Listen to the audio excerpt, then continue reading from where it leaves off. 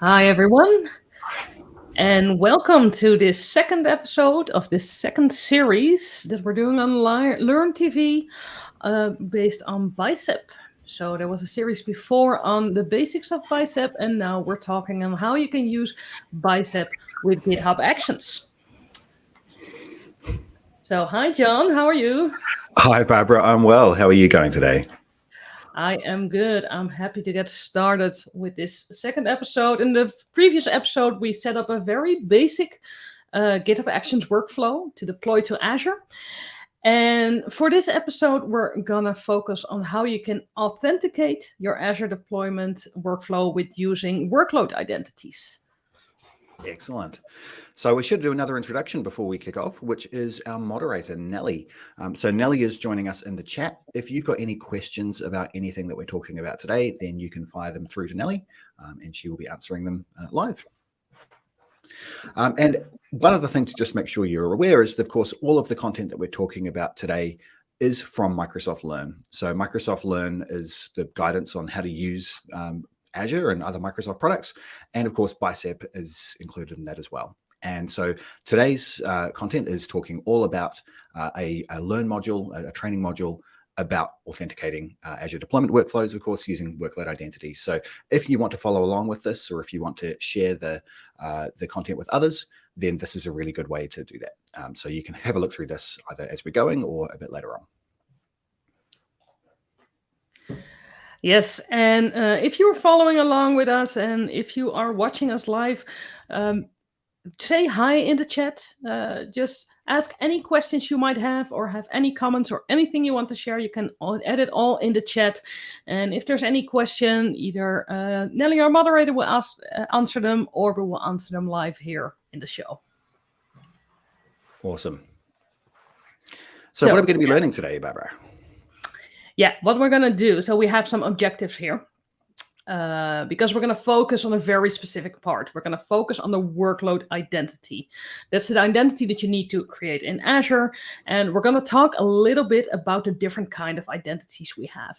So we have service principals, managed identities, federated credentials, roles, app registrations. We have so many things going on. So we're going to talk about pretty much all of them today. And then we're going to show you how you can create that workload identity and make sure you can use it in GitHub Actions to deploy your resources, and how you can set up the appropriate authorization for that identity. Awesome. All right, so let's talk a little bit about exactly what we're going to do today and what we're going to learn. So in the last session, as Barbara just mentioned, you learned from April and from Gitter about deployment workflows and GitHub Actions. So you know now a little bit about what they are and hopefully how they work. Last time, when April and Gitter created that workflow, they mentioned briefly that there's this thing called a workload identity, and that's the way that the workflow authenticates itself to Azure. We're going to zoom in on that today, right? So we're going to spend this entire session just talking about that, because there's actually quite a lot to understand about how that works, why it works the way it does, and how to configure it. It can be very confusing, yeah. It can be, yeah. And as Barbara just mentioned, there are a lot of different terms around, a lot of different concepts to learn. So we really wanted to give this plenty of space to understand these concepts and to make sure that everybody is really across them, and we have enough time to talk about them in detail, because it's really helpful to understand exactly what you're doing when you configure all of this.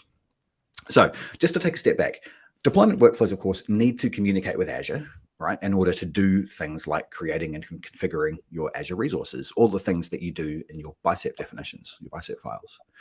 So in this module, we're going to learn about how workload identities can be used for workflows to identify themselves securely, and of course, how they can be given permission to make changes to your Azure environment.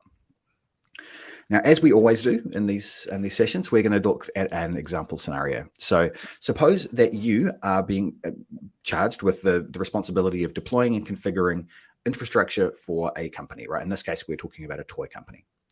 Now, up to now, you might have been creating and deploying all of your Bicep files directly from your local machine. So something similar to this diagram here, right? You author a Bicep template, a Bicep file, and then you just deploy that to Azure directly. Well, now you're working through the process of converting this into something more like this, right? You're now pushing these changes to GitHub. GitHub is automatically triggering a deployment workflow, and then the workflow is the thing that's deploying it to Azure. And so in order to do this, you really need to understand, firstly, what an identity is, and then how you configure an identity to support your particular company's website and your deployments. Yeah, and this is really the professional way to do it, right? Absolutely, yeah. I mean, learning the nuts and bolts of Bicep, as we did in the previous series, is really important to understand what the Bicep definitions look like. But now we're really focusing on, well, how do those Bicep files actually get deployed, and making sure that we do that in the way that's going to give us the most benefit from infrastructure as code. Yeah, you want to do this in a team, but this can also be very handy when you're doing it on your own. Especially if you're developing stuff, because you can keep track of what has happened. So you can have a complete history of all the changes you've made to a template and what effect it had. Yep, a very good point. So, Barbara, now that we know that, what are we going to be doing today? Yeah, so we had talked about the learning object. So we're going to learn how to create workload identities, and we're going to learn how to authorize the workload identities. So that's the specific parts of this module. But what's more important than just learning how to do it is understanding what's happening. I think that's the biggest takeaway here, because learning how, to be honest, we don't need an hour and a half for that. If it's just and in about fact, you already did that last week, right? That April and Gitta were able to do it very quickly without really going into detail on how. Today, we really want to understand the how. Really just saying, click there. We don't need an hour for that, but it can be a bit difficult to understand what's actually going on and what we are creating here. And this is something you can easily fall for, to just know what you're doing, but don't know how you're doing it and why you are doing it. So that's what we're going to focus on today. So that's workload identities and how to authorize them. Now, Barbara, a quick question. We're talking all about GitHub Actions here, right? How does this all work if we're talking about Azure pipelines instead? Is it exactly the same, or are there some differences in how this works? No, there is a difference there. Although the processes in the pipelines are very similar in Azure DevOps and GitHub Actions, actually the part we're talking about today, so the connecting, is very different. So the workload identity is very different. And there are separate modules to know how you can do this with Azure DevOps. Awesome. So yeah, if you do want to follow along with Azure DevOps, if you're not using GitHub Actions, then this is something you can look at as a separate learn module. But I would also say there is actually some stuff coming to Azure DevOps that will make it work closer to this in the future. So even if you're not actively using GitHub today, then you still might want to follow along just so you understand these concepts. Yeah, and I always advise, if you learn about one of them, take a bit of the other one, because you get the hang of the concepts and it's not that difficult to learn the other one. It can be pretty low threshold. So I always recommend learning both of them if you can. Awesome. So the main goal, like we talked about, you have an understanding of what's going on, of what workload identities are and how they relate to Azure, how they relate to Azure AD, which is also not the same thing, and how they relate to your GitHub repository. So you'll be able in the end to create an Azure AD application registration and then manage it with federated credentials. This is all going to make sense in a second. Awesome. All right, so let's get started by talking a little bit about what workload identities are. So let's just focus on the concepts for a little bit, right? And we'll learn more concepts as we go too, but we really just want to look at some of the foundational things we need to know to start with. Yeah. Now, as you probably know by now, deployment workflows, as well as things like applications and software and processes, need a special way to authenticate themselves, right? They can't just use a standard username and password, and we'll talk about why in a bit more detail shortly. So what we're going to do now is look at how these workload identities work, right? How these different ways of authentication work, and how they fit into Azure's security model as a whole. So let's think about what happens when we actually deploy a Bicep file. right? So we've created a Bicep file. It might define a storage account and an app service and maybe an application insights instance, whatever, virtual machines, doesn't really matter. When we deploy that, what we're effectively saying to Azure, and actually to Azure Resource Manager is the particular part of Azure that we're talking to, is we're asking it to create or to modify our Azure resources. And that requires permissions, right? We can't just have anybody coming up and saying, please go and modify the storage account, right? That would be a bad idea. That would be a very bad idea, yeah. So it needs permissions, right? So the first thing is deployments themselves actually require a permission, right? The deployments are an Azure resource. We talked about this a little bit last season. So to be able to actually deploy a Bicep file, firstly, you actually need the ability to create deployments. So that's these resources of type Microsoft.resources/deployments. That's always one where you first find out that the deployment itself is a resource. Yes. It's a bit of an odd concept, right? And in Azure, almost everything is a resource. So it feels a little bit funny at first when you understand this, but as you're using Bicep, you get to understand some of these concepts a little bit more detailed than you might do if you're just using the portal. But of course, creating a deployment isn't the only thing you're doing, right? You're potentially creating or modifying your app service plans and apps, your application insights instances, right? So all of these things require permissions. And you might, in theory, you might be given permissions to do some of this, but not all of this. Or you, of course, can be given permission to do everything. Yeah. All right, so up to now, when we've been deploying our Bicep files, we've been using the Azure CLI or the Azure PowerShell tools to run that Bicep file directly, right, and to deploy it. So when we do that, we authenticate using our browser. Sorry, give me one moment. So we use our browser and we use our own user's identity. When we submit our deployment, then Azure verifies that our identity has the permissions to do what we're asking. Now, when we're authenticating to Azure in the process of doing that, what we're doing is usually using a browser. So if you use the Azure CLI and you run AZ login, for example, you'll see a browser window usually pops up. And that browser window allows us to enter our username and password. And often it will also do extra checks. So things like multi-factor authentication. It might ask us to do some other checks to verify that we're human. It might send us a text message or a phone call. It might also check the device that we're on, right? So it might run what we call conditional access checks. So there's a whole bunch of things that happen to verify that we are who we say we are as a human, and that we actually are, a human as well. But when we move to deployment workflow, we need to use a different kind of identity because these workflows run without a human being present to actually execute anything. So there's no direct human involvement. And so that means that they can't do things like multi-factor authentication. They can't do captchas. They can't receive phone calls. So they need a different way of authenticating. Now, Azure AD, Azure-Active-Directory, is the service that manages all identities for Azure, right? And there are, broadly speaking, there are three types of identities that Azure AD keeps track of. So the first one is users, right? This is what we think of when we think of identities normally. So this is a human who signs in. So I'm a human. I'm in the Microsoft Azure AD tenant, right? As a user. We can also have groups, which are collections of users.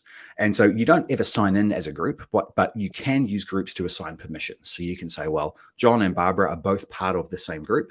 And so even though they need to sign in individually, once they're signed in, the group they're part of, and therefore they can get permission to do something. That's what you often use in larger organizations. That's right, yeah. And you can get really complex with this, right? You can have nested groups and all sorts of things. But we're not really going to talk about groups today. Yeah. What we are going to talk about is workload identity. So a workload, as we have kind of talked about already, is an automated process or a system that doesn't have a human directly running it. And now workloads can sign into Azure AD, but because there's no human involved in signing in, they need to do a different sign-in process. They don't do these things like multi-factor authentication and so forth. So they need a different way to prove their identity. Now, there's also a kind of a fourth type, and it's kind of a subtype of that last one we talked about, which is called a managed identity. So a managed identity, you might be familiar with these if you've worked with Azure before. Managed identities are associated with Azure resources. Azure manages their credentials automatically, And when the resource needs to do something, then Azure automatically signs in using that special identity. So these are really useful when you're creating things like virtual machines or app service apps, or anything where the application or the machine needs to do something automatically. So it might need to be able to have permission to access a storage account or a database, right? So service to service kind of authentication and authorization. Now, the important thing to know here is that for deployment workflows, we don't typically use managed identities, right? There are some scenarios where we could, and that really comes down to if you're using what we call self-hosted runners in GitHub. That's a little bit beyond the scope of what we're going to talk about today. So when we're using GitHub's provided infrastructure and runners, then we don't use deployment workflow. We don't use managed identities for our deployment workloads. Yeah. What we do instead is this other approach. The managed identity is always associated with a specific resource. That's right. Description. So that's right. Yeah. And when we're using, GitHub's provided infrastructure, then we're running on their shared infrastructure. So there isn't really something that we can put an identity on in the same way. So workload identity federation, which is what we're going to talk about shortly, is the solution to have a similar kind of experience, but in something like GitHub Actions. Now, I should say, if you are working in other parts of your solution, right, so outside of the deployment workflow, managed identities are absolutely worth using. You can often get the same kind of effect by using a managed identity or a normal service principal. But if you have the choice, I would pretty much say always go with a managed identity if you can. They're a lot easier to work with, and they're also more secure. More secure, and they pretty much manage themselves. Yeah.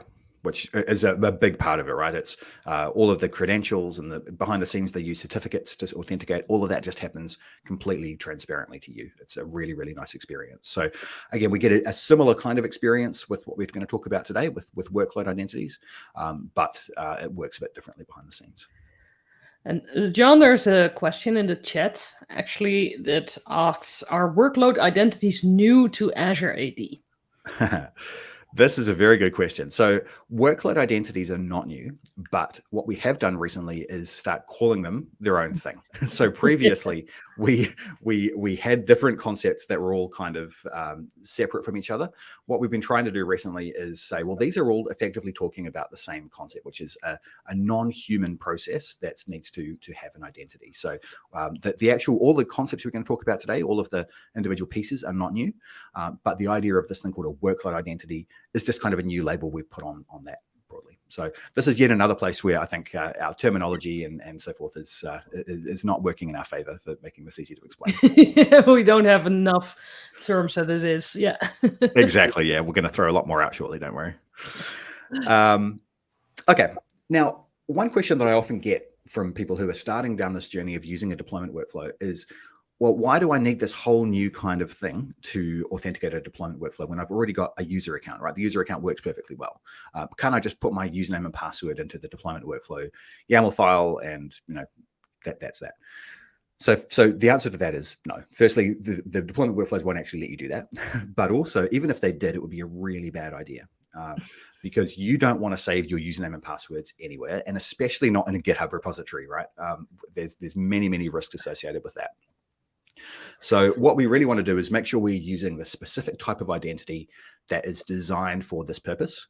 And we don't want to try and shoehorn our existing user identities into that. It won't work, but even if it did, it would be a really bad idea. It's a little bit of how we used to do it with service accounts, and now we have better ways to actually. Exactly. Yeah, exactly. Cool. All right, so let's start talking about some of these concepts that we've already hinted at. So workload identities are part of Azure AD, of course, and Azure AD is this global identity service that Microsoft runs.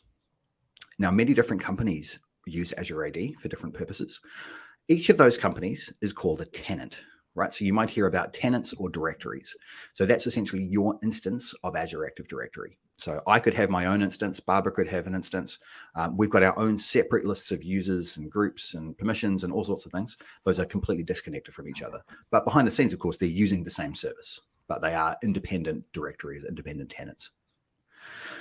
Now, within Azure AD, within my tenant, there is the concept of an application. And this is really this workload identity, right? This is the concept of a system or a piece of software or a process or some other non-human agent. And of course, deployment workflows are one of these.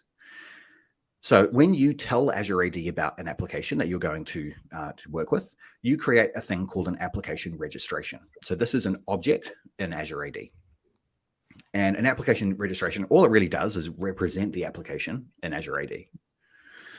Then within that, you can create some kind of secondary objects that are linked to that application registration. So the first thing that we're going to talk about, and Barbara's going to talk about this more shortly, is federated credentials. So federated credentials are this way of avoiding storing any secrets about how to authenticate. So there's no passwords, there's not even a certificate, but instead they're a secure way for an Azure AD application to be authenticated with a supported service like GitHub. And so what happens is, and Barbara will talk through this in more detail shortly, but when your GitHub Actions workflow needs to authenticate, it contacts Azure AD, and it does that via GitHub. GitHub says, I can see that workflow over there is trying to authenticate to Azure. And essentially, GitHub can vouch for the identity, for the authenticity of that particular workflow to Azure AD. And so Azure AD can then authenticate and provide a token back so that the workflow can do whatever it needs to do.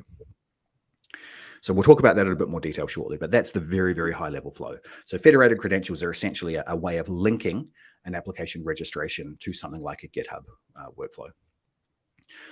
We've also got this other thing called a service principal. Now, a service principal, think of that as like a copy of your application or your application registration that's just there for your own Azure AD tenant to use. Now, service principals and applications are very tightly linked together, and we'll be using service principals a little bit later in this module when we grant the workflow permission to use Azure. But what I will say is that because of the vast number of purposes that you can use all of these different things for, you might see a lot of functionality and configuration for applications and for service principals that don't seem relevant. And it's because they aren't, right? For your particular purpose of creating a workflow, deployment workflow and a workload identity, you don't need to know about a lot of the stuff that applications can do. Applications are a very powerful tool in Azure AD, but they do serve multiple purposes. So for our purpose, we're just using a subset of that functionality. Yeah, and a lot of this happens in the background. Like, if you create an app registration, the enterprise application or the service principal is also created directly. You don't have to create it separately. Well, as if you use the portal, but if you use something like the Azure CLI, then it's not necessarily. So we're going to talk about both of those. Almost too easy, yeah. Yeah, exactly. Yeah. No, it would be nice if it was all consistent, right? And now, just to make things even more confusing, the term service principal has also got some kind of synonyms, right? There are some other words that we use to talk about the same thing. So, for example, in the portal, and I think Barbara will show this a little bit, the service principal is called an enterprise application. You might also see it sometimes called a managed application in your local directory, right? So these terms all basically mean the same thing, which is a service principal. But it's important to know that these are distinct from managed identities, right? So all these concepts have very similar names, unfortunately, and are all kind of related, but they are distinct concepts. Yeah, we got a question from the audience again that asks, are workload identities like an API key? Right. So at a very, very high level, conceptually, kind of, right, in the sense that there is they represent a way for two systems to communicate with each other securely. Yeah. The big difference is that with an API key, you need to protect a secret, right? The key itself is very important to keep secret. With workload identity federation, which is what we're going to talk about now, you don't manage any secrets at all, right? That trust relationship, those federated credentials, handle the authentication for you in a secure way without having to know about any secrets at all. All right, so Barbara, now we understand some of those concepts, right? And I think they'll make more sense as we go as well. How do we actually start using these with GitHub Actions? Yes, let's look at how we actually can create one, because maybe also then we'll start to make a little bit more sense while we're doing that. So we're going to create that workload identity we talked about, and then afterwards we'll link it to GitHub Actions. But first, let's just create one. And let's look at a few of the different ways you can do that, because you can do this with the Azure CLI, you can do it with Azure PowerShell, and you can do it in the portal. And I expect them all to work just a little bit differently, probably. But if we look at the example for the Azure CLI, by the way, if you follow the Learn module, you can choose if you want the Azure CLI or PowerShell. And you see the command here, which would be azad app create, pretty much. And then just a display name. That's all you need to add. The display name, you want something to be descriptive. So if you have a larger environment or even have a small environment, you probably get a lot of application registrations pretty quickly. So you want it to describe what it is actually doing, because it can be pretty hard to keep track at some point. So, and what happens when you create one is that it gives an output. If you do it like this, it will create an output for you, and in PowerShell as well, and in the portal we're going to see in a second. And it gives you a bunch of information, including the app ID and the ID, which is also already fun, because now we have two different IDs for pretty much one thing. The second ID is the object ID.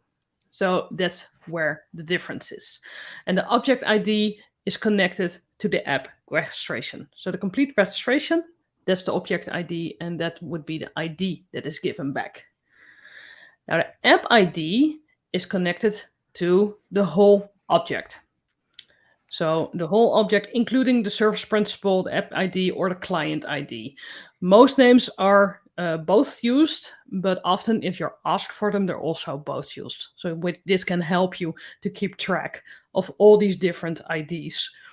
And mostly it will help with every tutorial or every guide or every GUI that helps you out. It will define if they need that app ID or the object ID. So they will help you like that. So you're saying we need to potentially have both of these, right? We need to use both of them in different places at different times.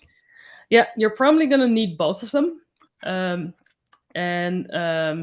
most tutorials, or in most settings, they will ask for both of them. So you can distinguish like that. But it's very easy to pick the wrong one and then worry why it's not working. So it's good to know that there are two different IDs to take care of. Right. And both of these IDs look very similar, right? They both have a similar format. Is that correct? Yes. Yeah, they're both GUIs, both with the exact same format. And they're both generated. So really, it's about keeping track, and really everywhere that you use them, you need to have variables or something so that you know which one is which. Right. Yeah, you're not going to be able to memorize these, right? They're very long, complex strings. I hope not. So. If you can memorize these, there's something not going right. Two important notes. The one, you need to have permissions in Azure AD. And actually, this is another very important thing to realize, that Azure and Azure AD are not the same thing, especially when it comes to permissions. So in Azure, you can have permissions on resources, but in Azure AD, you often have roles. So you have roles to do stuff. So even if you are an owner of an Azure subscription, you might not have the right permissions to do stuff in Azure AD. And you can do this with the application administration role. That's the minimum required permission to be able to work with app registrations. And another really important one, because this is also going to confuse you at some point, is that the display name isn't unique, because the app ID and the object ID are unique. So the display name is just for you to keep track, and you can have a bunch of app registrations with the same display name, but you're going to have a really bad time, because you're going to get very, very confused very quickly. So that's one to take care of. If you're creating app registrations, check that your names are unique enough or distinguished enough that you don't have the chance of two the same names becoming part of your environment. And that could be a security problem as well, right? If you've got two different application registrations with the same name, it's very easy to give one permissions that you meant to give to the other, and then you've kind of not only have you not set up the first one correctly, but you've given more permission than the second one needs. Yeah, and it's so easy to make mistakes in there. Maybe deleting the wrong one or giving the IDs of one to maybe something is for a third party, and you add it there, and they needed a different one. Really, you're setting yourself up for a lot of trouble. Okay, so use good display names is the moral of the story here, right? Yeah, use descriptive names that are specific enough to take care of this. Cool. So, Barbara, I think we've probably done enough slides now. Can we see what this actually looks like? And yeah, let's move on to the portal. Let's see how this goes. So if you can move to my screen. There we go. So I've opened the portal here. This is just the Active Directory view. Small mention that you can now use Entra. I will keep it here just to keep everything consistent in Entra. It's pretty much the same experience, so do give that a try if you haven't yet. So I have Azure Active Directory here, and what I'm gonna look for right here is app registrations here in the menu. So I'll click on this and I'll get all my applications now. And this is my lab environment. So this is really messy. This is not how you create names. But right over here, I can just create a new registration. So I'll click that. And I need to define that display name we talked about. And I want to assign one that really describes what we're doing. So I'm going to copy and paste this, because if you type this out, you're going to make mistakes. So these names can be pretty long, so make use of that. So as defined, it's for GitHub Actions and it's for a Bicep deployment. In real life, I already think this isn't unique enough, because I suspect more repositories to have a connection. So maybe I need more different ones, or maybe I need one for dev and one for prod. But for this, it will do just to keep it simple. Now, the fun thing is I can leave all the other settings to the default, because I don't need them for this specific case. So even they ask you to create a URI, I don't need it for this case. So I'm just going to leave it empty, and I can already press register here.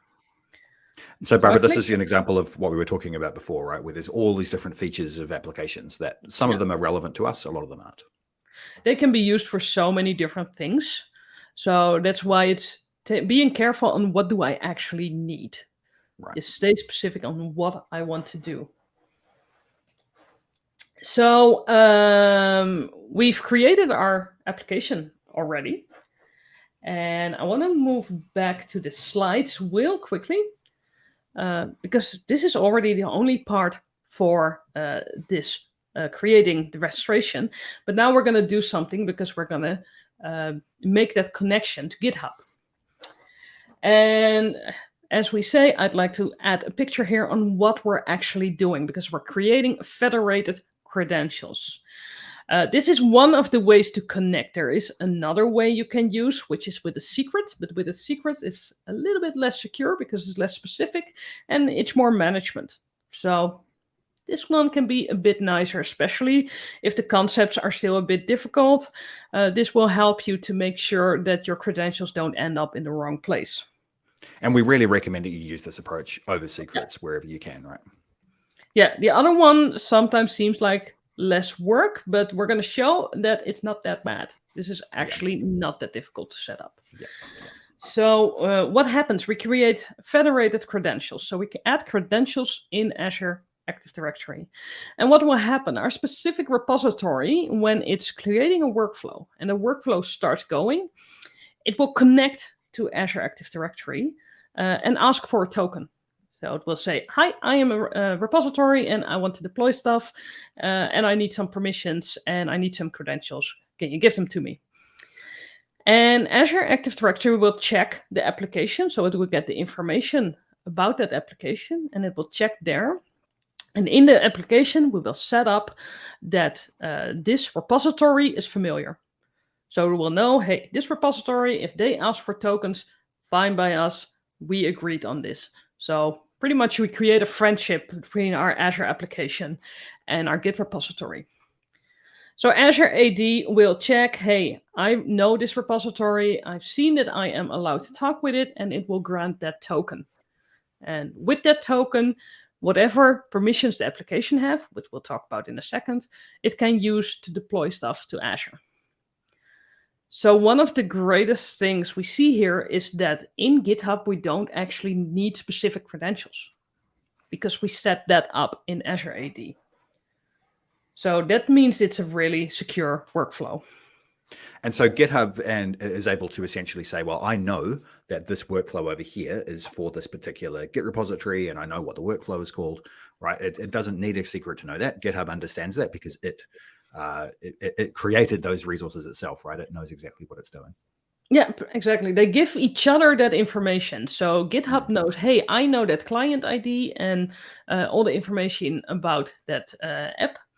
And Azure-active-directory is, hey, I have information on that repository. And they pretty much check that information with each other. And so GitHub vouches for that, and then the Azure AD trusts that. Awesome. So we need to create that credential, though, because that's what we do. We have access to both of them. And we can say in Azure AD, we can say, hey, you need to connect with this GitHub repository or allow that GitHub repository to connect to you. That's the right way to say it. So you need to give some information for that. So there is a subject, which is a straight line. This is the one that you need if you want to create a connection with a specific branch. And then you need to define your GitHub organization name, the name of the repository, and the name of the branch. And you can do that through Azure CLI again, or through PowerShell by adding a JSON object. So you create a JSON object, and then you can create a federated credential. So Barbara, is it fair to say that even though we're creating these things called federated credentials, and we've got the word credential in there, we're not actually dealing with anything secret, right? Like we normally think of credentials as being passwords or API keys or secrets or certificates, but really here we're saying this is a kind of a concept of a credential, but there's actually no secret information being exchanged. Exactly. Right? It's all like information we input there, and then we don't have to copy and paste long strings from one place to another and manage them somewhere or place them in a key vault. We don't have to do anything like that. Renew them every 90 days or whatever we need to do, right? That's always fun. Yeah, absolutely. Okay, cool. So this is how we do it in the CLI. Do you want to have a look at how we do this in the portal? Yeah, let's show this in the portal, and we can move back to my screen, and I still got my application open. And this is one to memorize because it's not defined here, but it's actually under certificates and secrets. So if we would use a secret, this is where we would open a secret. I'll click that. But there is a third option here, federated credentials. So this is where we would create one. So I click on that, and I can add a credential. So I'll add one here. And this, I love this part. We can select a scenario. So what do we need? And GitHub Actions is just there. It's like, hey, do you want to deploy through GitHub Actions? So I can add click on this one, and it will set up a lot of information for me. So here the issuer is already set up because it's assuming I'm going to talk to my GitHub account. And what I can do here, so I need to add that organization name of my GitHub organization, and mine is my handle on GitHub. And then I have to define repository name. I will show you real quickly. This is the repository I'm connecting with. So it's my organization, and I called it Learn Live. So I'll connect through that.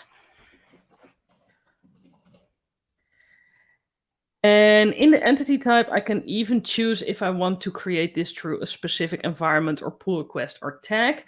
A little bit past the scope of this course, so we'll keep it at the branch level, which is what you will often want. You will learn about these as you go through this series, though. Later on in the series, this is all gonna make sense, but we'll keep it at the branch at this point, and we'll just add this to the main branch. So this means that if something wants to deploy from the main branch, it can use these credentials.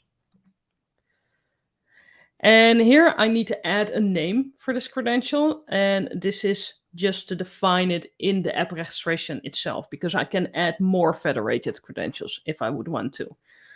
So I'll give it a descriptive name again. Say this is to BES Learn Live. main, so that I know where it is connecting to in an instant. And I'll click add. And I'm done. All I That have was quick. So this is only on the Azure AD side. We're going to talk a little bit about the other side on GitHub side later. But this is all I had to do to create that side of the federated credential. Great. Awesome. Should we go back to the slides and look at the next step? Yeah. Yeah, that's if it's that easy to set up, then your demos are pretty short. Absolutely. All right. So if we've created these things called these application registrations and so forth. Is it a good idea to keep track of these in some way? Like, how do we know for future purposes what we've actually done here? You can get easily so many of these. So really, it really helps to document stuff on them. Document the name and the application ID somewhere. But the most important one, what it is for. So why is it there? Why is it important? Why shouldn't anyone just press delete? Especially if you use federated credentials and you're in an environment for a lot of other app registrations, secrets might be used. And secrets and certificates are very visible in the portal when you get a list. And the federated credentials are less visible. So it's good to mention, this is an important app registration. Don't just delete it. This is what this was for. This is the person who created it. And find people who are managing it, because it will often have permissions and can have big permissions. Which is also something you need to clarify. It has these permissions and this is the reason why. This can also help if you maybe are giving it too much permissions, because you might not know it can do stuff with less permissions. So if someone sees what permissions you've set up and what your justification is, and they know you can do it with less permissions, they might tell you and you get a better result in the end. And lifetime I also really like, because you already are getting legacy in Azure, where you see that app registrations are hanging around and no one knows what they are for, and they might not be used at all. So an expected lifetime, or a point where you're going to evaluate if it's still needed, is also really a good idea. Awesome. Okay, so we've just hinted there at this idea of permissions, right? So we've already gone through this process of creating a workload identity, and Barbara's just done that, creating the application registration, creating the federated credentials.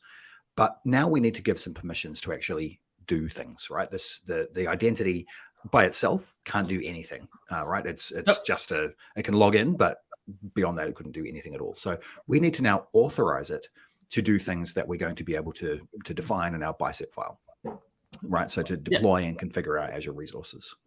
But we also want to avoid granting unnecessary permissions, as Barbara just said, because that's a really bad thing to do. It's something that can leave us vulnerable to different types of risks. So we want to make sure we understand what's the minimum permission this workload identity, this workflow needs to do its job. And this is why it's also recommended to just create as much apps as you need, because it's not like you lots of small script apps, right? You can keep track of them. It's better to have separate apps for all the different workflows than have just one of them that has permissions to pretty much everything. Right. Cool. So let's talk about these two concepts here, right? So up to now, we've really been talking about authentication. So this is what Barbara was really focusing on, right? How does our GitHub Actions workflow authenticate itself? How does it identify itself? How does it sign in? And how does it do that without actually needing any secrets?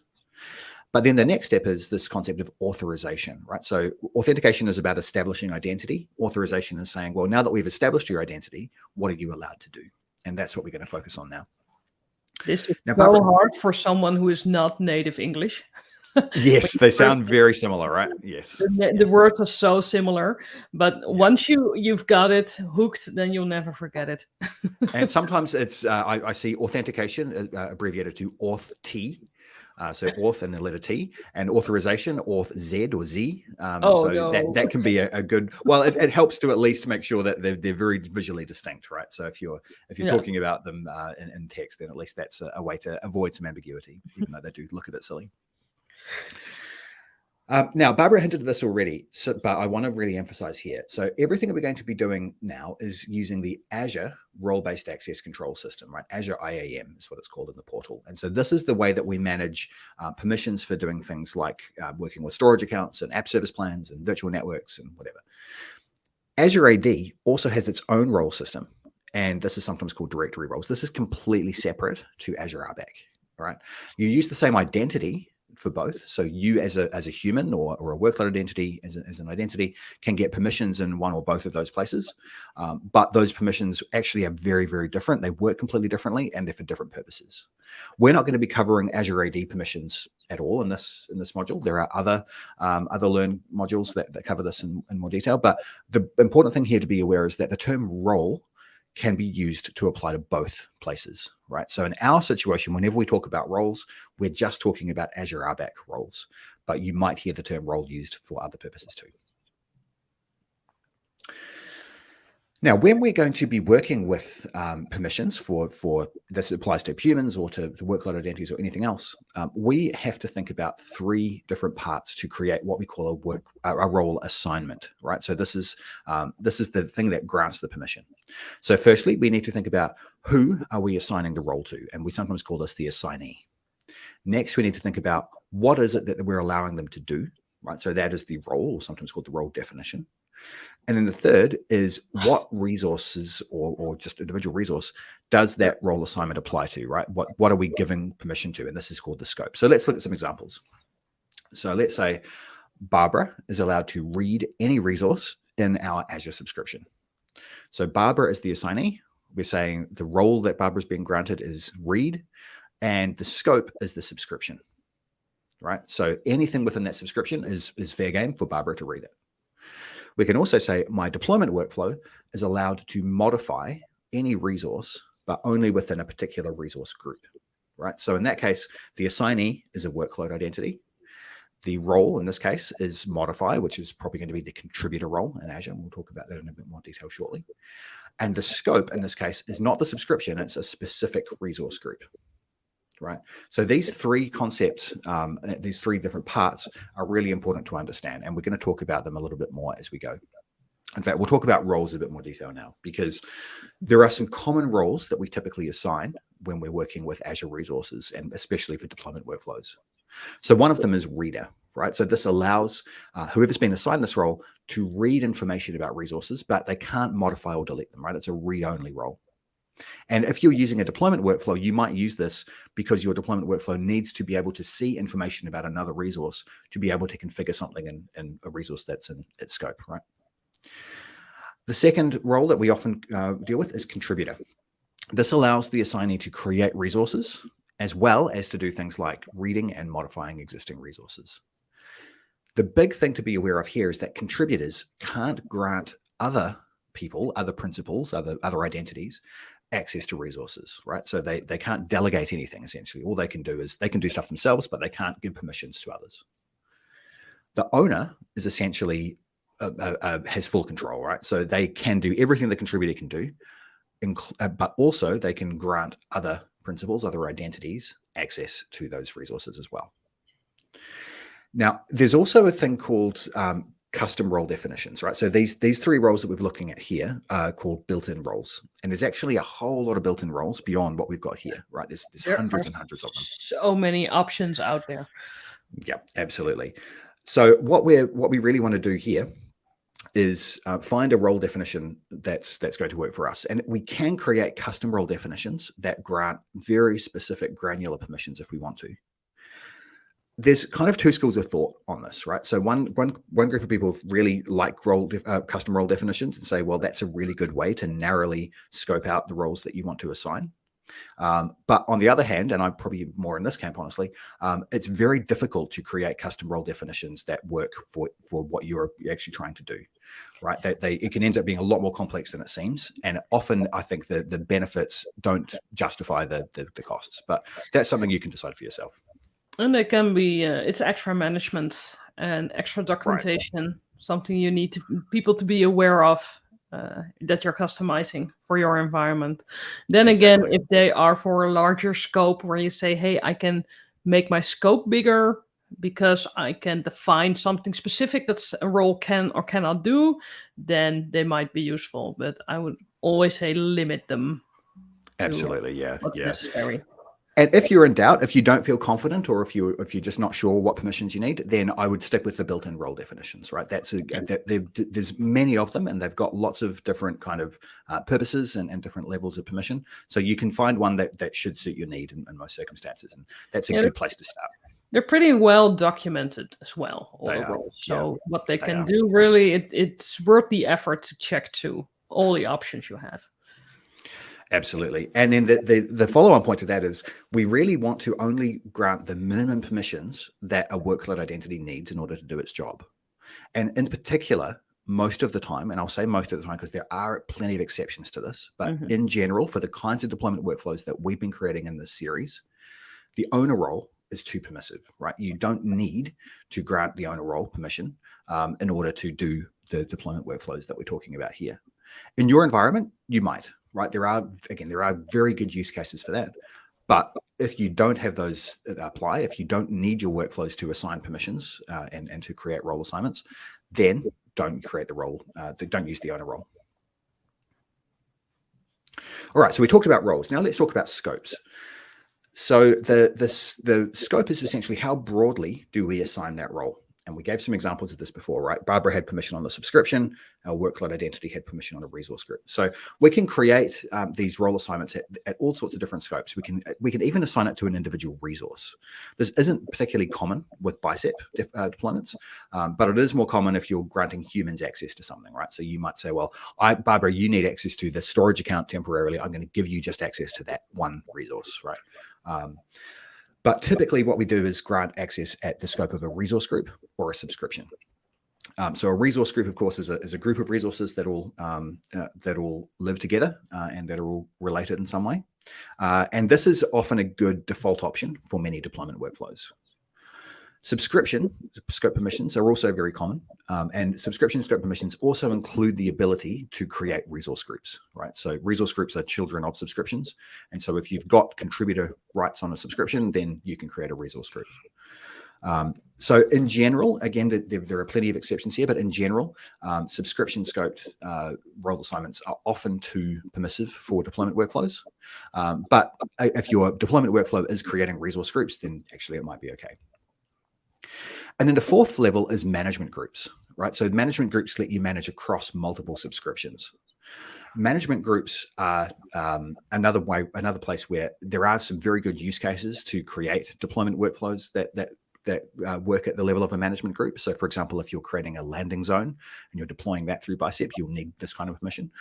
But for general day-to-day deployments, if you're deploying a solution that's got some storage accounts and some app services and virtual machines and that kind of thing, that you probably don't want to assign permissions at the management group scope. That's going to be too broad for what you need.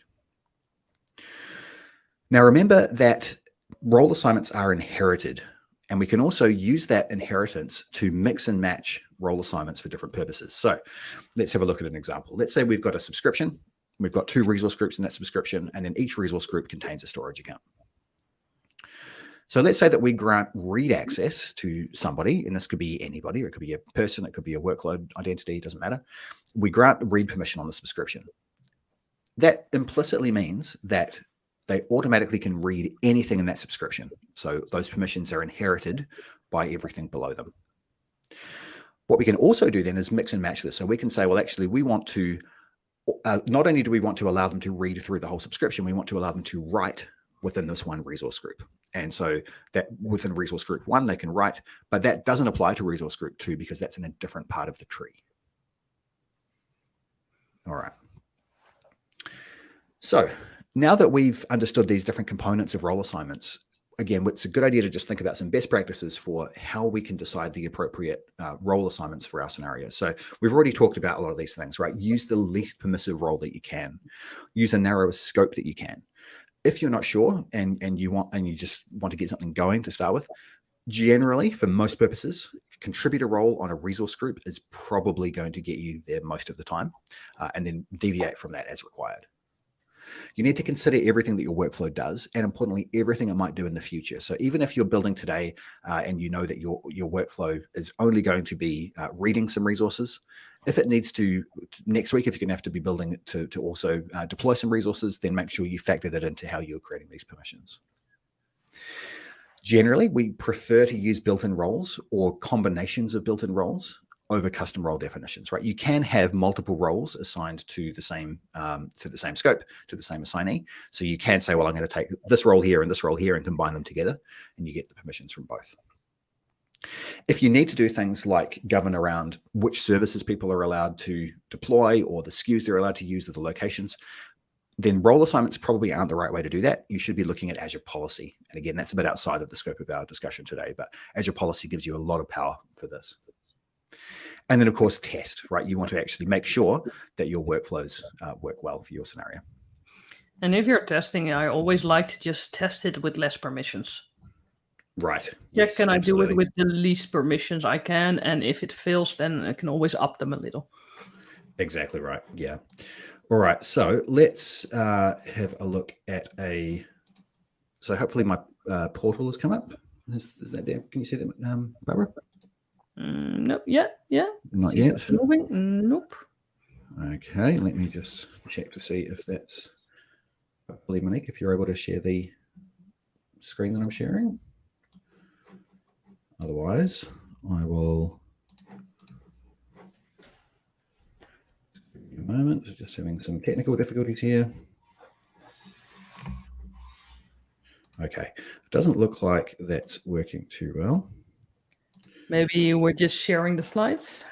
Yes, that looks like it might have been my fault. Apologies, everybody. There we go. Is that working now? It's all live. It's all live. All right. Is that excellent? You can see the portal. Fantastic. So if you've worked with Azure role assignments before, then what I'm going to do now will look very familiar, right? When we're assigning permissions for workload identities, it really works exactly the same way that it does when we do anything else. So what we're going to do is have a look at this resource group, right? We've got a resource group here called Toy Website. And within this, I'm going to go to the access control section here. And I can now manage all of the role assignments and both view and create role assignments for this scope, right? So I'm going to create a role assignment at the scope of this resource group. Now I've got a bunch of role assignments already in here, but what I'm going to do now is add a role assignment, and I'm going to use the contributor role, right? So I'm going to create a workflow that needs to modify things in this resource group. So I'm going to say, well, I want this to be the contributor role. You can see how many options you have over there. Yes, there are many, many, many different roles here, so many right? things you can do. Yeah, absolutely. So the most common ones are at the top, right? Owner, contributor, reader. And again, for most purposes, contributor is a good default option. And then we need to choose the members. So these are the assignees, right? These are who's going to be granted access. So in our case, we're going to choose this user group or service principal. And we're going to come back to talk about this service principal thing in just a moment. And we're going to say we want to select the members. And I'm going to choose the GH Actions Bicep deployment application registration that Barbara created before. So I'm going to say this application, this workload identity, should be granted this permission. And once I click the review and assign, and then assign it, it creates that permission. That permission, it can take a couple of minutes for it to take effect. So don't panic if you try it instantly and it doesn't work. It can sometimes take up to 5 minutes generally. But once you do that, then you'll be able to start working with the workload identity. So Monique, if you can stop sharing my display and I'll get the slides back up. Thank you. I need more monitors, I think is what I've learned today. Oh no. I've already got 3, but that apparently isn't enough. Okay, hopefully the slides will be back up in a second. Fantastic. Yep. All right. Phew. Okay, thank you. Apologies for all of the stress there.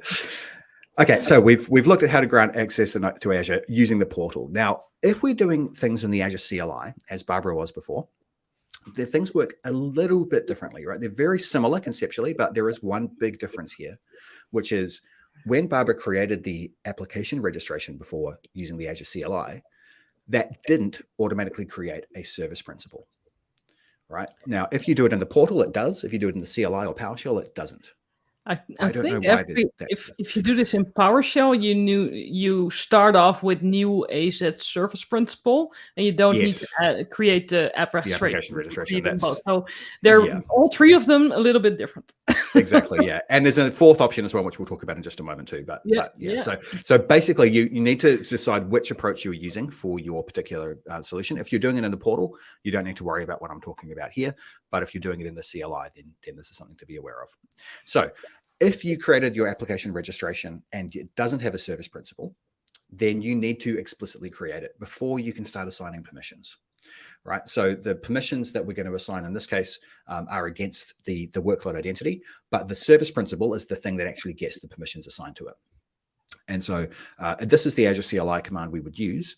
And that ID there, that big long ID, is the ID for our application registration. So what we're saying here is, please create a service principal for the application ID and give it the application ID there.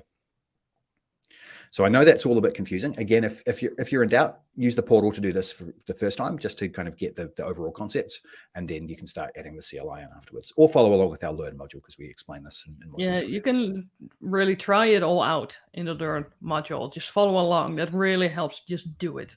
Yeah, absolutely. Yeah. Okay, and then once we've created that service principal and once we're ready, then we can assign it a role assignment, right? So these are taking all these different pieces that we've learned about in the last few minutes: the assignee, which in our case is the workload identity, the contributor, the scope, and then we can also give these role assignments a description for exactly the same reason that Barbara was saying before, right? It's a very good practice to be very clear about why we've created a role assignment, to make sure that everybody understands that.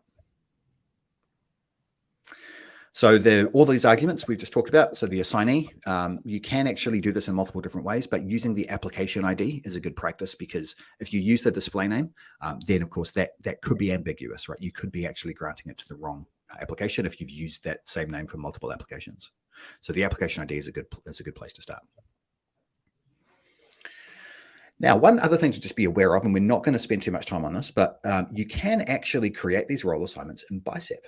Right, role assignments are themselves resources, and so you can actually create these within Bicep as well. You will do this a little bit as you go through some of the other Learn modules in this series, but for our purposes today, we're not going to spend too much time on this. Just be aware that if you're doing this, you need to ensure that whatever's executing your Bicep file has owner permission. Yeah, right? This is one of the use cases. This is one of the very valid use cases for that. So we're not going to apply that here, but just be aware that this is something you can do, right? And hopefully that helps to connect some dots, because again, the role assignment itself is a resource, and you're just granting permissions to work with those. One other thing I want to just mention briefly too, and you'll learn more about this next week, but it's likely that as your deployment workflows get more and more complex, you're going to be working with multiple environments: development, test, production, etc. It's a good practice to have separate workload identities for each environment, and then grant each one the minimum permissions it needs for its own deployments. And in particular, be very, very careful not to grant production and non-production environments access to each other, right? This is a really important thing to be aware of. And it's one of the reasons why we say keep them in different subscriptions, even different management groups, right? In some cases, because you want to basically ensure that you don't accidentally cross-pollinate your permissions. All right, so we've now talked about authentication. We've talked about authorization. How do we tie this together into our actual GitHub workflow, Barbara? Yeah, so we've done a lot on the Azure side, and now we need to actually connect it to GitHub and add it into our GitHub Actions workflow. So we have the identity, it has access, everything is ready, and now we're going to add it there. First, let's look a little bit at how you could do that with the Azure CLI to get a bit of the concepts going, and after that, we'll see how you can do it in the portal. Is it the CLI or is this the YAML file? Oh, right. We're going to start with the YAML file. So this is the workflow file that you've seen in the previous session where we talked about the workflow file where the deployment is set up. And you need to add permissions over there. So if you are using secrets now, this might be new to you. So at the top of the YAML file, you need to add the permissions. It needs to be able to write that ID token and then read the contents that it will create. So basically the write action is the permission to ask Azure AD for an ID token, and the read permission is to get whatever content that token has. So this is used in that process where it's trying to connect to Azure AD securely, right? It's using that token process that we talked about before. Okay. Yeah, if you use that token, then this is enough to make sure you set it up. Great. And then after that, you need three kinds of information. So you need you have the Azure login action, which we'll see in a second. And we need to give it some information. So it needs the client ID, which is the application ID for the app registration. And as it mentions, that's the app ID and not the object ID. Then we need the unique identifier for our tenant, so our specific directory, so it knows which Azure AD it needs to approach. Because all the tenants in the world have a unique ID, so it uses that.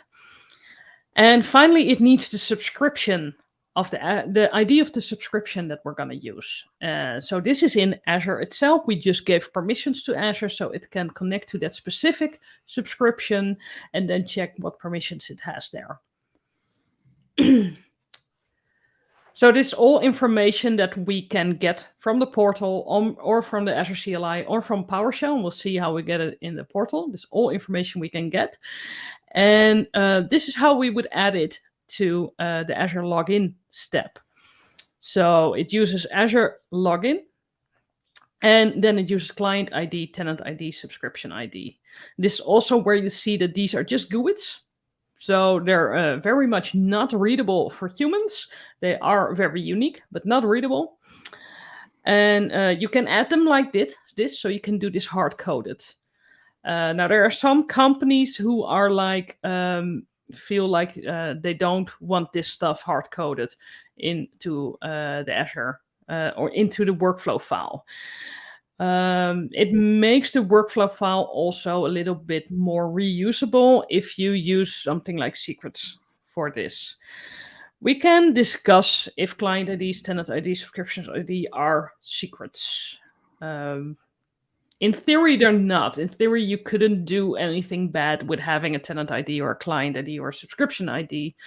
But I've seen people be careful with them to make sure they don't become a victim of social engineering, for example, where someone might try to call some support line and say, hey, this tenant is mine because here, this is the ID. How otherwise would I know that? So I'm not sure if stuff like this is possible, but with these IDs and to improve flexibility, I personally always like to use the GitHub secrets to store them. And we'll see in a second how we can do that. Cool.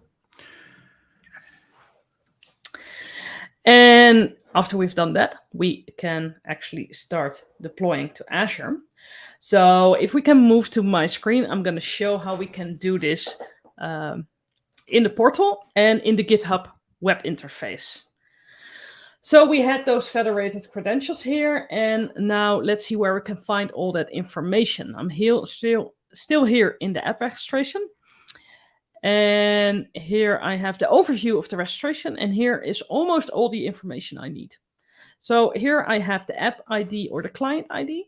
So this is the first one I can use. I can copy them from here like this and then add them to my workflow. I also get my tenant ID right from here, so I can get that as well. And if I want the subscription ID, I can just move here to subscriptions. And if you click the subscriptions, you get the names of all your subscriptions and all your IDs of those subscriptions. So these are the ones you can use. And if we now look at our workflow here, I've already set up some stuff. What we could do is add those settings up to the secrets. So if I have my repository here, I'll go to settings right here in the corner.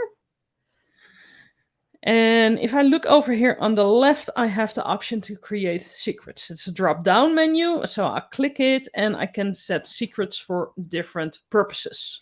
So we're talking actions here. And here I can add repository secrets.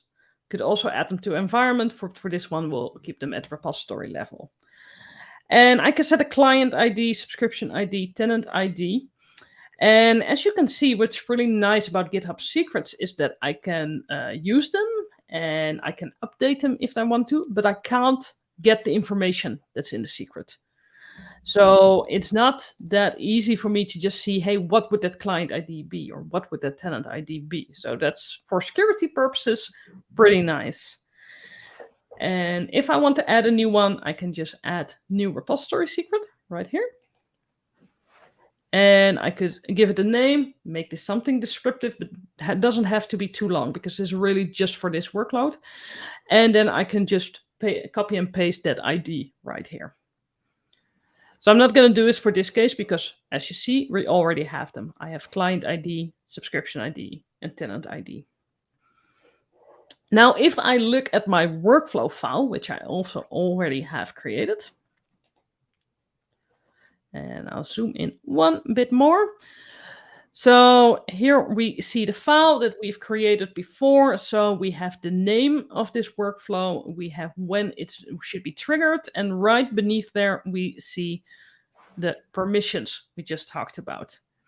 So this we always need to define to make sure that the workflow runs and that it can authenticate. So these are the permissions. And now let's look at the Azure login, which is right here at line 18.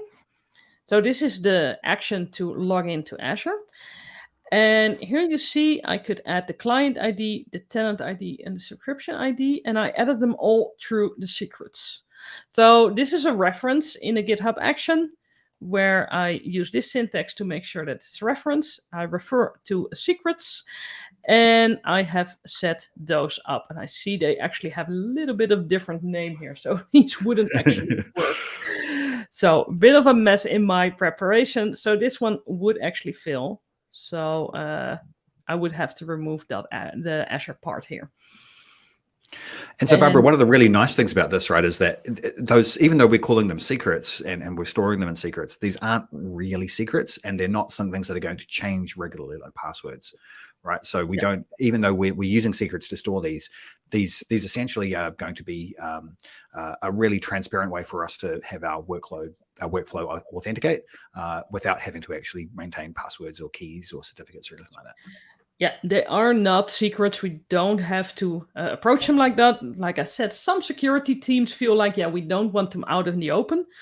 I think the biggest advantage of treating them like secrets like this is that I can take this workflow file, hop it onto another repository, and reuse it without changing it. I just have to add other secrets there. Right. So that's the biggest advantage of using secrets like this instead of having them hard-coded in there. Awesome.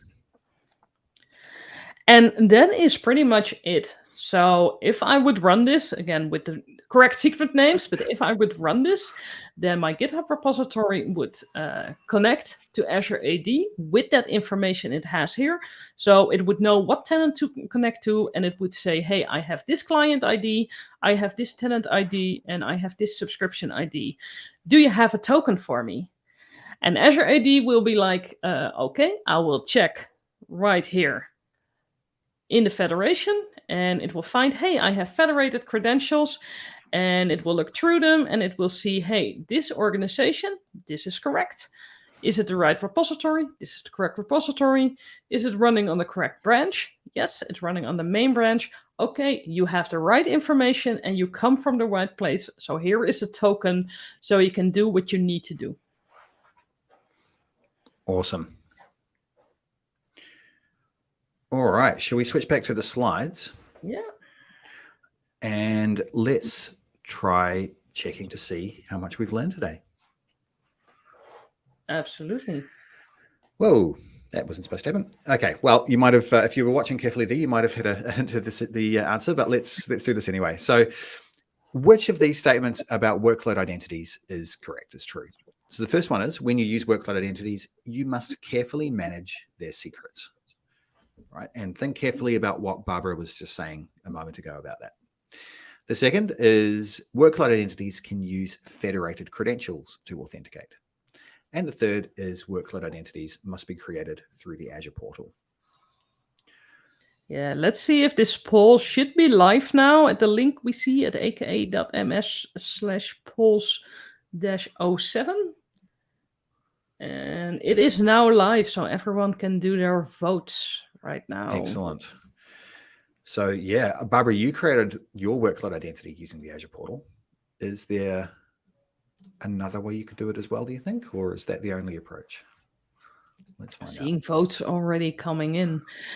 Yeah, I think maybe we can give away this one. That there might be I think I might have already done that. Way. This is always oh, you're going all the way already giving all the answers here. Yeah, we can we could discuss point A. I think that's probably a good idea, right? So tell us a little bit more about that. Well, because we need to talk about what workload identities are there, because with the method we're using here, we don't need to manage their secrets. But it's very important to remember it's this method. If you can use secrets to do it, but then you have to carefully manage them. But the way we just did it here, you don't have to manage secrets, and that's one of the best things about it. Awesome.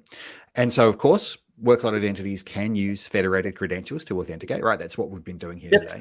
That's all we've done here. So hopefully that's that wasn't too hard, and I see everybody got that right, so that's fantastic. And of course, as we've talked about, you can do all of this through the portal, but you can also do it through the CLI or through PowerShell. There's also other approaches too. There's a thing called the Graph API that you can use to do this as well. And, we'll be able to do this through Bicep soon too. So there's a whole bunch of different ways you can do it. But the try them all. Gives you a nice try them all. Yep, the portal gives you a nice experience to do it. But when it comes to doing it for production, you might choose to use a different tool. Yeah, I always say do your first time in the portal. And if you want to do something quick and dirty, I always use the portal. It's like, oh, quickly. You're giving away all the answers, John. I am. I'm not quite sure what's going on with the animations here today. Sorry. I'll while you read this, I will check the third one and make sure that we don't have the same problem. No one's seen it, I'm sure. So I'll start reading because this is a long question. So you need to create a deployment workflow that deploys your infrastructure to 3 environments: development, test, and production. Each environment is in a dedicated resource group in 3 subscriptions. What should you do? A, create a single workload identity and grant it access to the tenant root management group. B, create a single workload identity and grant it access to each of the resource groups in the 3 subscriptions. Or C, create 3 workload identities, 1 per environment, and grant each identity access to a single resource group in a relevant subscription. Right. So this is thinking back to what we were talking about before around some best practices about how you manage these permissions, right? So thinking carefully about what some of the best practices were around, defining the right scope, defining the right permission, that kind of thing. So what do you think, John? Well, votes coming in. We have some votes for different options. We do. I think we've got a bit of a mix here going on, actually.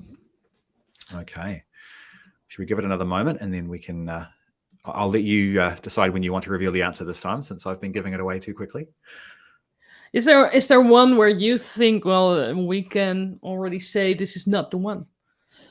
Well, I think that first option there, right, the tenant root management group, firstly, if you do that, it will work, right? You can create a single workload identity, grant it access to the tenant root management group, and that will work. But it's not a good practice, right? It's going to grant far too broad access to this identity. And also, is it really the right option, the right thing to do, to just have a single identity for each environment? I'm not sure. So maybe we'll take that one out of consideration. With the root management group, we need to mention it's a best practice to have no permissions there at all, except for a break class account. So let's cross that one out. Okay, all right. But I think the votes have come in, and this is a good time for you, John, to reveal the right answer. Excellent. Okay, there we go. Yes. So can you tell us why this is the correct answer? Yeah, well, there's kind of two best practices hidden in here, right? One of them is how many workload identities should we need? And for this one, we really want to have a workload identity per environment. So having a workload identity for development, for test, for production helps us to ensure that we're not accidentally cross-pollinating anything from one environment to the other. So that's a really important thing that we try to do. And then the second is how wide do we grant those permissions? And in this case, we want to just grant access to the resource group that the deployment is going to work with within each of those subscriptions, right? So that way we're keeping the scope really narrow. Okay, and there are some questions coming in. All right. And I'll take this. Should we do this last question and then go to those questions? Because I think a couple of them relate to something we're doing here as well. Oh, is that true?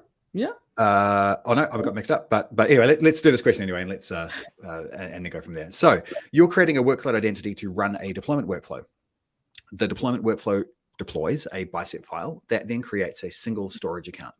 So which of these options gives you the least privileged access that you need for your workflow?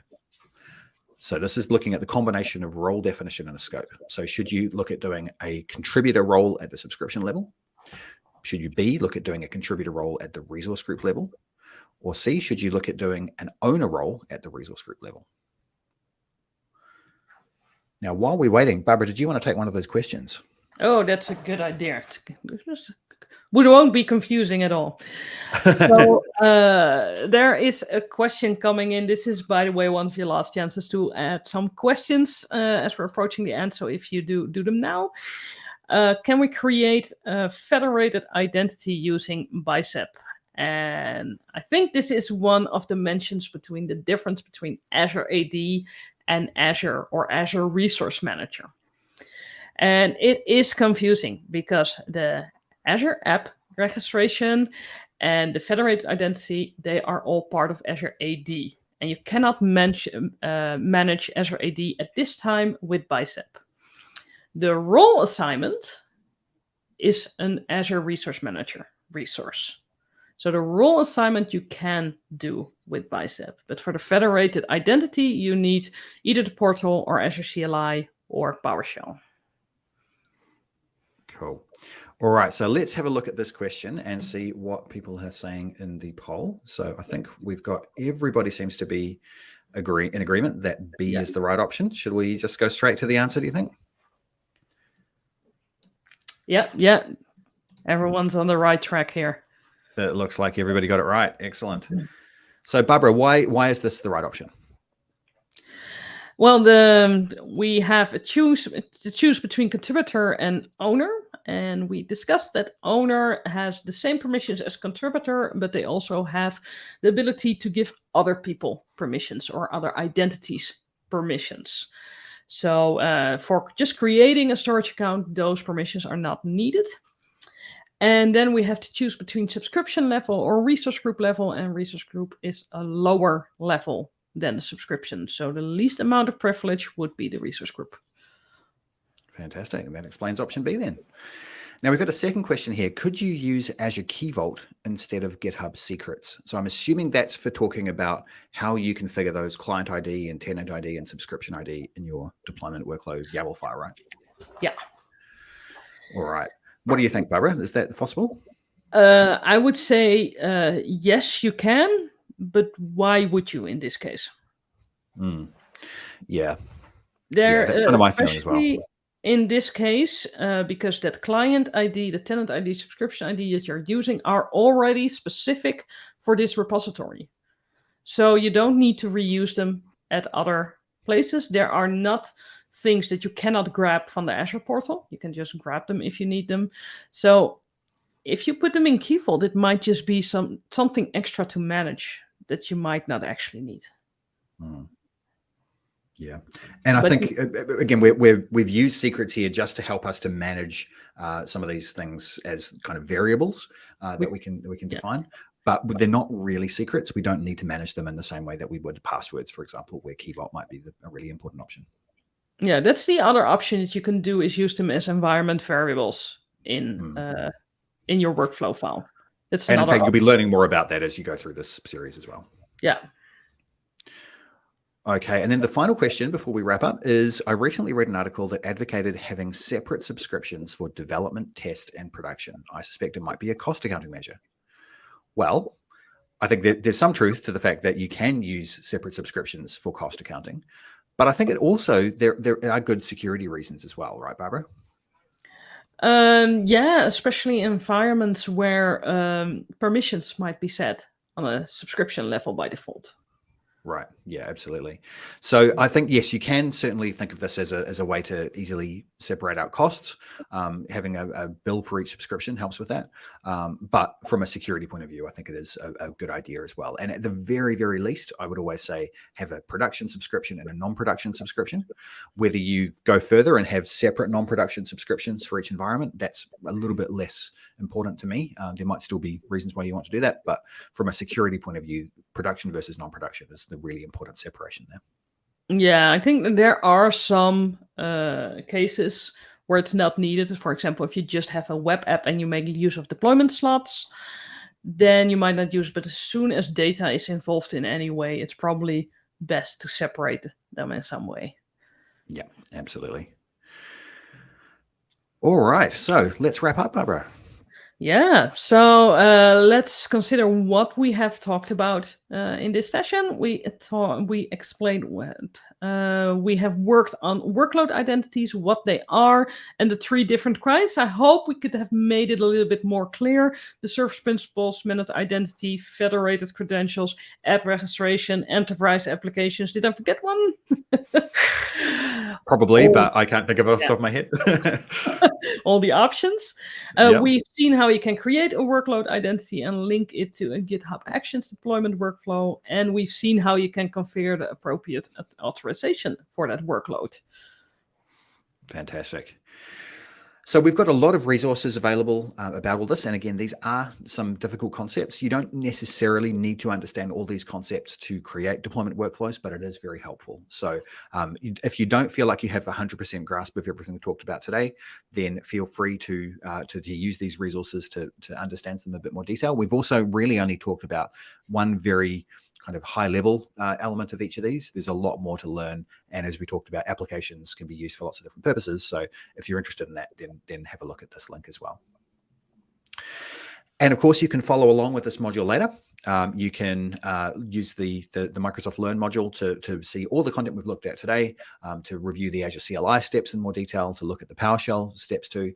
And of course, as you go through the remaining modules in this series, you'll be creating a lot of workload identities, granting them permissions, doing different things with different scope federated credentials.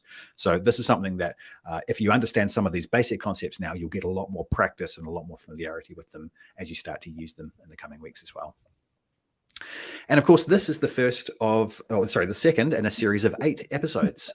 So don't miss the next one, right? Next week, we have Chris Reddington and Gitta talking about testing. So building on the GitHub workflow that you started last week with April and Gitta, now you're going to be building out some testing into that workflow. And of course, using some of these principles we've talked about today as well. Yeah, really cool testing. So many people think you're not able to test Bicep. Yeah, you can do stuff. Yep, absolutely. There's a lot of different ways you can do it. So it's definitely a really important and a really interesting thing to look at. So we look forward to seeing you next week. And thank you all very much for coming along today. Thank you, Barbara. Thank you, Nelly. Thank you, Monique. And Thank you, we'll see you John. next time. All right. Goodbye, everybody. Bye.